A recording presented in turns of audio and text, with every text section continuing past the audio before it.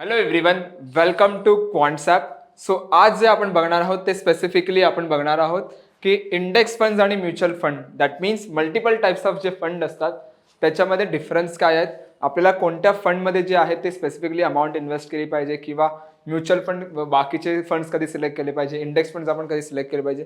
So ते आपण आता बघणार आहोत. ओके, सो सिम्पल कन्सेप्ट आहे, जास्त कन्फ्यूज होण्यासारखं नाही आहे.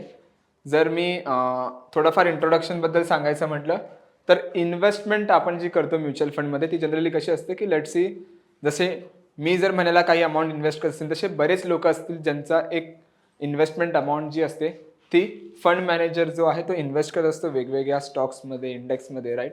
तो त्याच्याने एक चांगला रिटर्न जनरेट करू शकतो. काही आपले गोल असतील, राईट. जर मला एक लँड घ्यायची असेल, एखादी गाडी घ्यायची असेल, घर बनवायचं असेल, right. So different risk type of specifically goals असतात, त्यासाठी आपण इन्व्हेस्टमेंट करत असतो.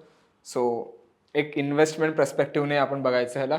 So what are the mutual fund? So simple बघा, mutual funds are investment vehicles to pull money from multiple investor. जसं मी म्हणालो की आपण मल्टिपल इन्व्हेस्टर, जसं मी असेल, तसं तुम्ही असेल, तसे बरेच लोक असतील जे अमाऊंट इन्व्हेस्ट करतात, त्यांच्याकडून पैसे घेतात आणि ते स्टॉक्स, बॉन्ड्स किंवा वेगवेगळ्या सिक्युरिटीजमध्ये इन्व्हेस्ट करतात टू गेट रिटर्न, एक चांगला रिटर्न भेटायला.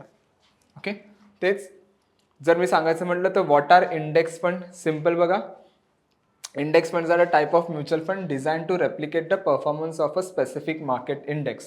जर मी याबद्दल सांगायचं म्हटलं तर निफ्टी 50 सगळ्यांना माहिती आहे. निफ्टीमध्ये ओव्हरऑल 50 कंपनीज आहेत, राईट. सो जर मी निफ्टीच्या इंडेक्स फंडमध्ये इन्व्हेस्ट करत असेल, सो निफ्टी 50मध्ये जर मला टेक्निकली जर मोमेंटम चांगली मिळत असेल, निफ्टी 50 जर चांगला मोमेंटम दिसत असेल, तर डेफिनेटली माझा जो इंडेक्स फंड जो आहे तो खूप चांगला तुम्हाला मोमेंटम देताना दिसेल. So that typically have a lower fees due to their passive management. So index fund जो आहे त्याचा जो स्पेसिफिकली मॅनेजमेंट जी लागते ती खूप कमी लागते. व्हाय? बिकॉज रिसर्च कमी करावं लागते, कारण जसं जसं निफ्टीमध्ये ज्या कंपनीज आहेत त्या कंपनीचा जो ओव्हरऑल मोमेंटम आहे त्याच बेसिसवरती आपल्याला करायचं आहे. सो त्याला ॲक्टिव्हली मॅनेज नाही करायचं, एक पॅसिव्ह मॅनेज केलं तरी चालतं. त्यामुळे त्याचे जे फीज असतात ते खूप लोअर असतात as compare other mutual funds. आणि या दिस इज द थिंग, इथे तुम्हाला ते सांगितलं आहे.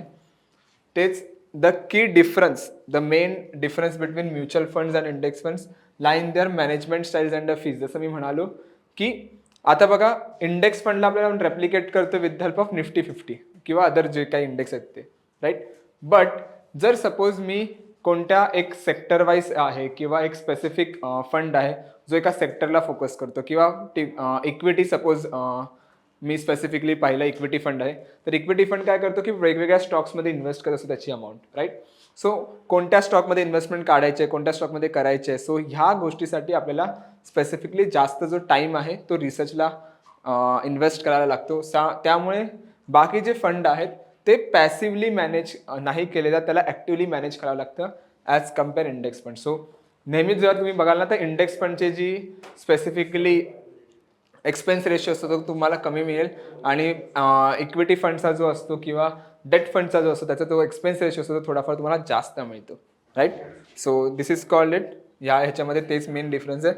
प्रोज आणि कॉन्सबद्दल सांगायचं म्हटलं तर जर तुम्हाला एक लॉंगर रन स्पेसिफिकली इन्व्हेस्ट करायचं असेल आणि तुम्हाला कमी एक्सपेन्स रेशो पाहिजे, एक्सपेन्स फीस पाहिजे, तर try to go with the index funds. Okay, आणि जर थोडीफार आपण रिस्क घेऊ शकतो, थोडाफार आपण रिस्की इन्व्हेस्टमेंट करू शकतो, not that much amount of risky जेवढं ऑप्शन्स आणि फ्युचरमध्ये, बट थोडा रिस्क घेऊन आपण करू शकतो. Then try to go with the equity fund आणि डेट फंड, कारण एक हायर रिटर्नसोबत थोडीफार त्याची हायर रिस्क पण येते की जर स्टॉक नाही चालले तर थोडाफार आपण लूज मनी तिकडे करू शकतो, राईट. सो हेच मेन गोष्ट आहे ह्यामध्ये. दुसरी गोष्ट जर मी सांगायचं ते कन्क्लुजन बघायचं सांगायचं म्हटलं तर कधी पण तुम्ही इन्व्हेस्टमेंट करत असाल then try to go with one goal oriented. Simple बघा, जर मला 4-5 वर्षासाठी इन्व्हेस्टमेंट करायची, कारण मला सपोज एखादी लँड घ्यायची असेल, थोडंफार मी त्यामध्ये रिस्की जाऊ शकतो, कारण जर जास्त मोमेंटम मला 4-5 वर्षात मिळालं तर मला जो परफॉर्मन्स आहे तो खूप चांगला बघायला मिळू शकतो. बट तेच जर मी थोडं 10-15 वर्ष मला एक वेल्थ बनवायची असेल तर definitely I go with the index fund, कारण मला माहिती आहे की येणाऱ्या 15 वर्षानं निफ्टी ह्या करंट प्राईसपेक्षा खूप वरती असणार आहे, राईट. सो माझा जसा मोमेंटम निफ्टीमध्ये भेटतो तसा माझा इंडेक्स फंडमध्ये पण मला मोमेंटम बघायला मिळेल. सो ही एक बेनिफिट तुम्हाला इथे बघायला मिळते, राईट. सिम्पल गोष्ट आहे. जास्त आपल्याला जो आहे तो टाइम इन्व्हेस्ट करायचा आहे, जो की फक्त चेक करायला की माझा गोल ओरिएंटेड फंडमध्ये कोणता जो आहे तो मॅनेज करते. बरेच फंड मॅनेजर्स तुम्हाला म्हणजे बरेच तुम्हाला डेटा पण मिळतील की कोणता फंड आपण सिलेक्ट केला पाहिजे. You can check it out. But ह्या ज्या 2 मेजर गोष्टी आहेत ह्या मेन आहेत ज्या आपल्याला समजल्या पाहिजे. ओके. आय होप तुम्हाला ही व्हिडिओ आवडली असेल. जर व्हिडिओ आवडली असेल तर नक्की लाईक करा, कमेंट करा, शेअर आणि सबस्क्राईब नक्की करा.